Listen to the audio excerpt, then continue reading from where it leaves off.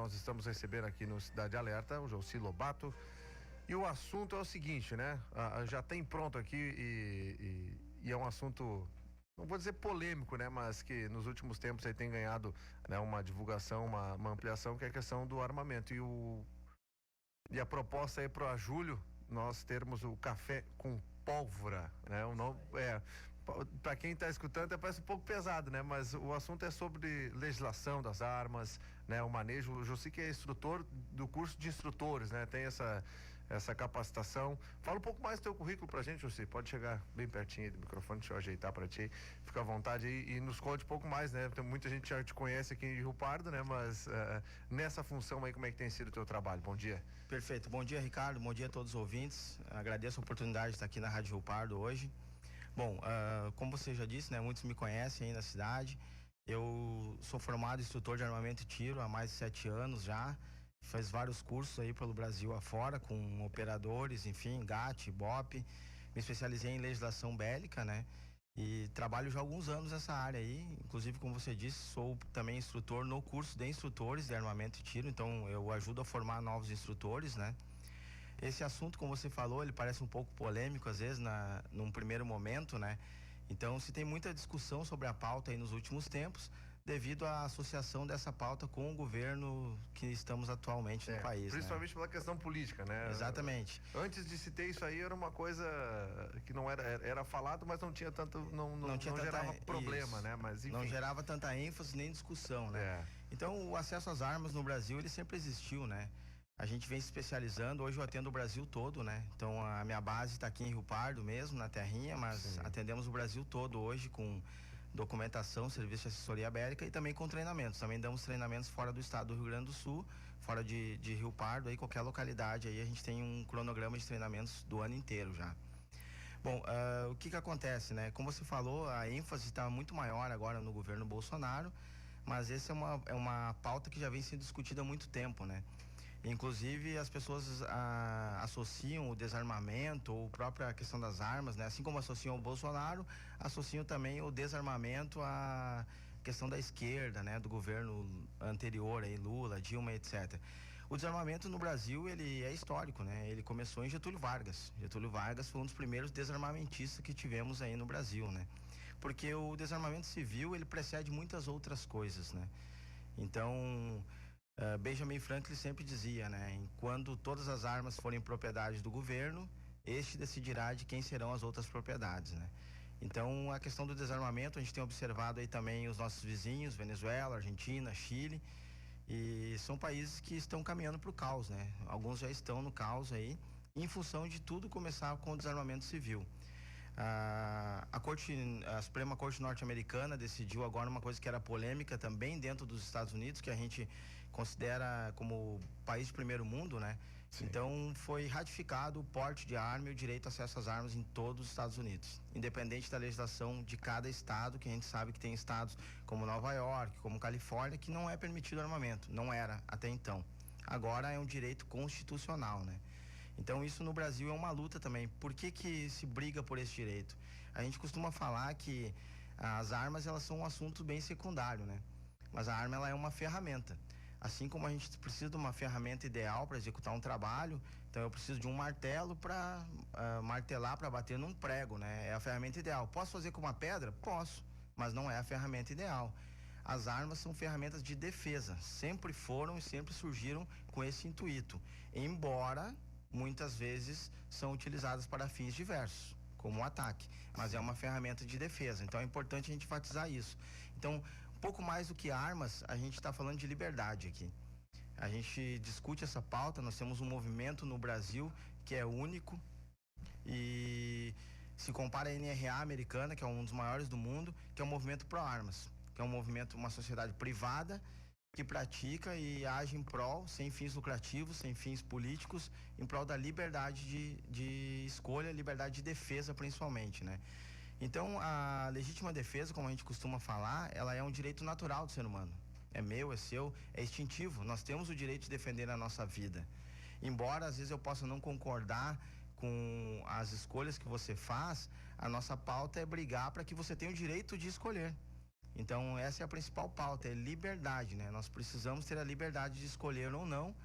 Nós tivemos aí no Brasil... Importante, desculpe te interromper, mas essa frase é importante, né? A gente pode não concordar, mas tu ter o direito, tu escolhe, né? Isso. Eu ter o direito, bom, a população tem direito à arma, agora eu escolho ter uma ou não, né? Exatamente. Eu acho que parte disso aí não é porque você tem o direito que todo mundo é obrigado a ter, ou, né? Não ter, né? Eu não gosto, vou cercear o direito dos outros, né? Não, acho que parte por aí, e isso no âmbito geral, não só na questão do armamento. E a gente vai chegar nesse assunto, né? Mas para quem está ouvindo agora, o que é importante não é qualquer um também, né? Tem todo... Exatamente. O papo tá bom, vou deixar tu continuar aí, que a gente vai chegar nesse ponto, né? Perfeitamente, Ricardo. Não, essa é a observação, né? Sim. O fato de eu não gostar de uma coisa, eu não posso querer que você tenha esse direito cerceado. O Ricardo não pode ter porque eu não gosto, né? Carro, moto, qualquer coisa. Uma cor de roupa, é uma liberdade, né? A pauta principal aqui é liberdade de sermos livres mesmo como cidadãos, né? Então, o que acontece? Bem colocado que você falou, hoje as pessoas têm essa falsa sensação de que é muito fácil obter acesso a uma arma de fogo. Nós temos no Brasil hoje, qualquer coisa que fala sobre armas de fogo, é a Lei 10.826, que muita gente apelidou de Estatuto do Desarmamento. Então, essa lei lá de 2003, que começou a valer regulamentada em 2004, desde então, nós temos uma séria restrição de acesso a armas no Brasil, muito séria mesmo. Tivemos um referendo ali em 2005, que não foi respeitado, onde 63% do povo brasileiro decidiu que não queria a proibição de armas. No Rio Grande do Sul foram 87%. Então, esse plebiscito esse referendo, na verdade, não foi respeitado, né? E seguiu a lei do desarmamento. Então, essa lei, ela é muito burocrática. Hoje, o acesso às armas, ele é difícil. Existe uma falácia de que o governo Bolsonaro facilitou isso, e não é verdade. Ele realmente auxiliou em algumas questões burocráticas, que eram muito mais burocráticas, mas ainda continua. Então, eu costumo dizer que o acesso a armas hoje é bem semelhante, de forma análoga, a um acesso a uma carteira de habilitação de motorista, uma CNH. Você tem todos os trâmites, você tem provas, então você tem o psicotécnico, que é o primeiro deles. Então, se você for considerado apto por um psicólogo credenciado na Polícia Federal, é o primeiro passo para você adquirir uma arma de fogo. Após isso, você vai ser submetido a uma prova teórica e prática para demonstrar que você tem conhecimentos técnicos sobre aquele armamento, sobre aquela ferramenta. Então, após toda essa aprovação desses dois testes, você ainda vai passar por um crivo, seja ele da Polícia Federal ou do Exército. Então, você vai apresentar toda essa documentação, todos os testes, e após essas instituições é que vão decidir se você está apto ou não a adquirir uma arma de fogo. É bem interessante essa parte, né? E pelo que a gente observa, não é uma coisa que todo mundo tem, né? E tem diferenças, né? De você, não sei se tu pode explicar pra gente, eu com certeza acho que sim, a questão do porte e da posse, né? Isso. De possuir, de ter em casa e de poder circular. Como é que funciona essa diferenciação aí? Exatamente. Como você disse, eu posso ter a posse da arma de fogo para ter ela dentro da minha residência ou do meu comércio, se eu for o empresário titular para aquele comércio ou responsável, um gerente geral, por exemplo, né? Desde que exista uma declaração do proprietário sobre isso. Então, eu posso ter a arma posse, né? Nós temos a posse da arma de fogo no Brasil hoje. E os trâmites são os mesmos, né? De avaliação e tudo. Exatamente, todos os trâmites igual. O que acontece? Aí eu tenho uma outra situação que é o porte de arma, que me dá o direito a portar essa arma, carregar ela comigo, seja da minha casa para o meu trabalho, para onde eu quiser me deslocar, salvo algumas restrições que tem na questão de aglomerações públicas. Mas fora isso, o porte me dá o direito a transitar com essa arma de forma velada, ou seja, ela não pode estar ostensivamente, não pode estar aparecendo. Então, consigo ter esse porte.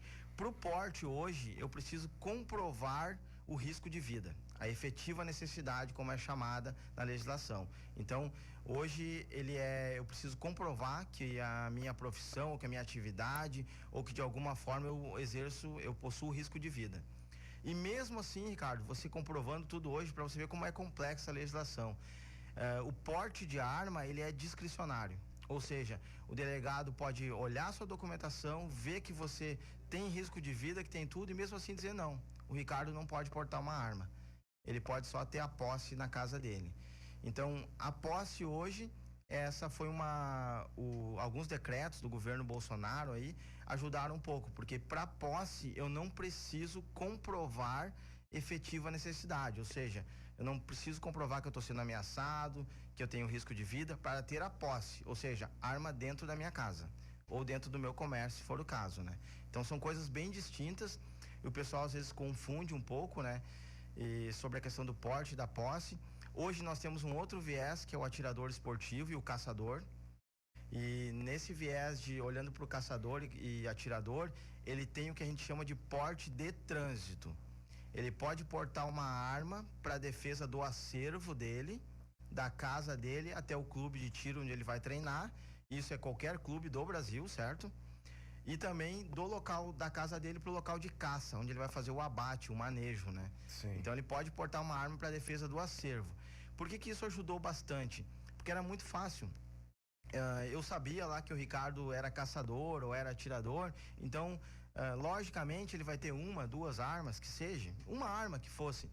Então eu, enquanto cidadão não tão de bem, de má índole, poderia estar esperando o Ricardo numa esquina, sabendo que ele possui armas e que naquele dia ele está se deslocando, acompanhando a rotina. Hoje o marginal ele faz isso, ele acompanha a rotina da presa antes de fazer o ataque, né? Então eu acompanhava a rotina do Ricardo e no momento que ele estava saindo lá na esquina da residência dele, eu abordava ele, cometia o assalto e roubava as armas dele.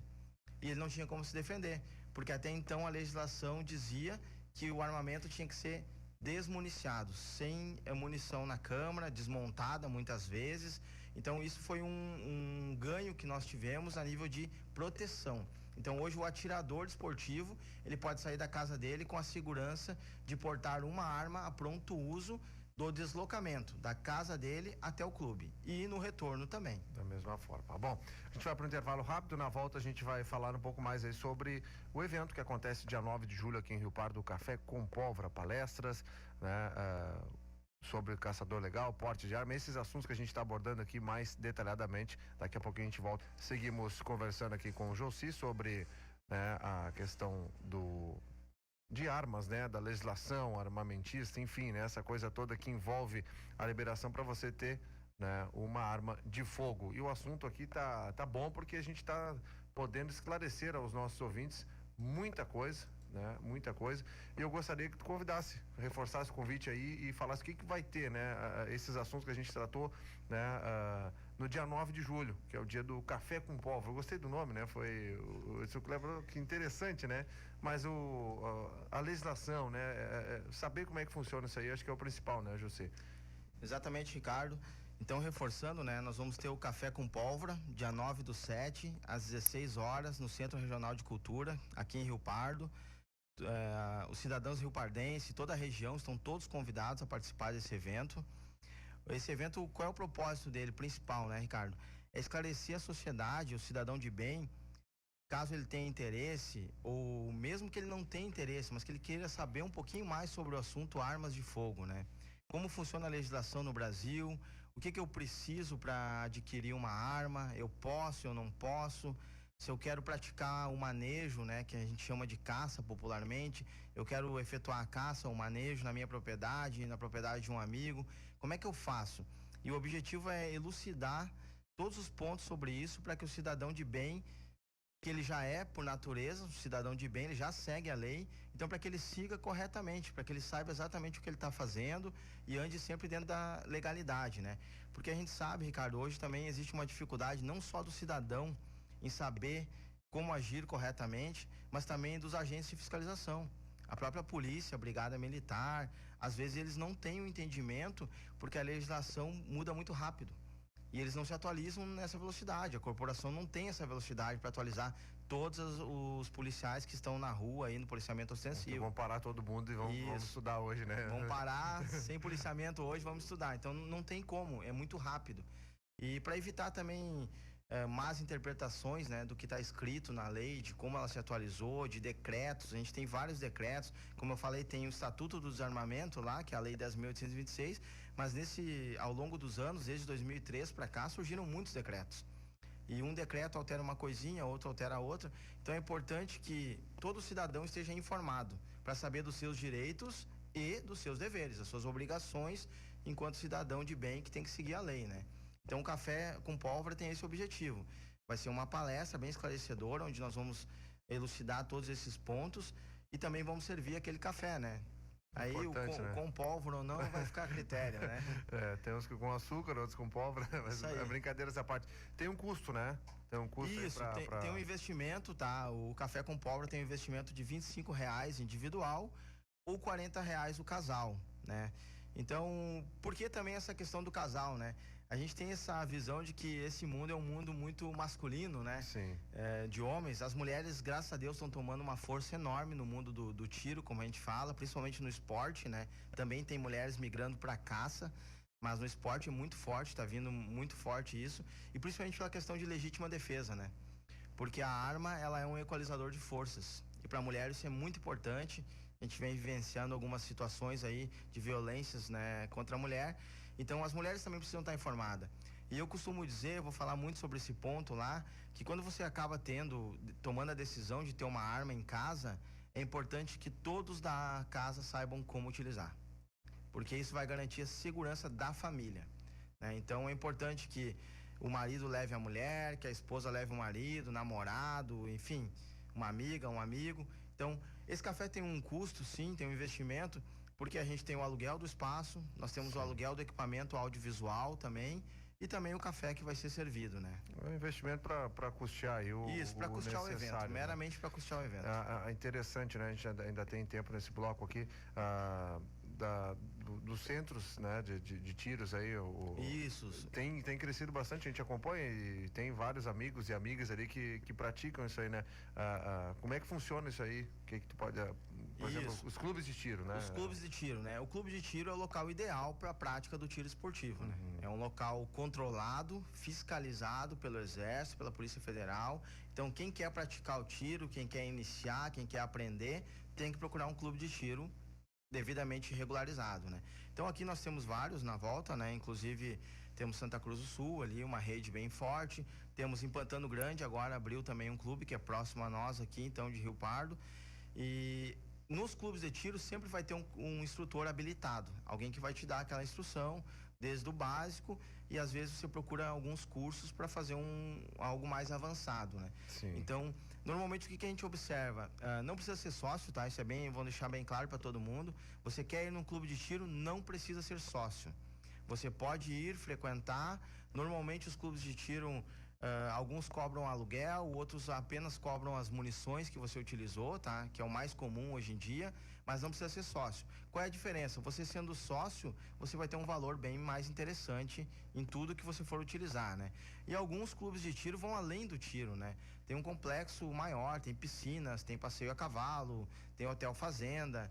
Então, vai muito além do tiro, essa questão dos clubes de tiro, né? Fazendo analogia com a autoescola, né? Não vai, tem gente que vai fazer a aula já utilizando o automóvel. Já utilizando o automóvel. Tu não pode ir utilizando arma, né? Exatamente. Fica atento aí, né? Não vai sair primeiro tem que fazer a aula, né? Primeiro tem que fazer a aula, tem né? Tem que estar habilitado, Perfeito. Bom, é um assunto bem interessante, né? Um assunto extremamente relevante, e a gente, é sabido, né? Que muita gente tem, né? Exato. Mas de forma irregular, né? Isso. Ou não teve o devido treinamento, ou não tem esse registro. E não adianta a gente dizer que não tem, né? Porque, como o Jossi colocou antes, né? Da questão dos próprios bandidos, né? Dos assaltantes, enfim, do pessoal que rouba a arma de outras pessoas. Isso. E de pessoas que ficaram com armas né? Que eram dos pais ou dos avós, enfim, tem isso em casa, de heranças, e tem pessoas que têm em casa, mas não tem a devida habilitação e talvez o manejo também, né? Saber utilizar da melhor forma. A questão psicológica é uma coisa extremamente importante, saber a hora de utilizar, né? Saber como realizar e se é possível, né? Porque pode colocar em risco a vida de outras pessoas não sabendo tomar a decisão correta, né? Acho que por isso a importância de estar por dentro da lei, de saber exatamente, de ter as devidas qualificações, né? E se aperfeiçoar para isso, né? Para você ter segurança e não colocar mais pessoas em risco. É um assunto muito importante, dia 9, então a gente vai reforçar aqui, vai convidar no outro, sem ser nesse sábado agora, no outro, né? Sábado. Então, o pessoal já tem tempo aí para se programar, 4 da tarde no Centro Regional de Cultura. José, obrigado pela participação aí, e vamos continuar reforçando esse convite para que seja um evento muito bom, né? Que a gente tem um público muito bom e esclarecedor, principalmente, né? Para a nossa sociedade, especialmente aqui em Rio Pardo. Perfeito, Ricardo. Eu que agradeço a oportunidade. Me coloco sempre à disposição da Rádio Rio Pardo. Quando quiserem discutir o tema, estou à disposição aí.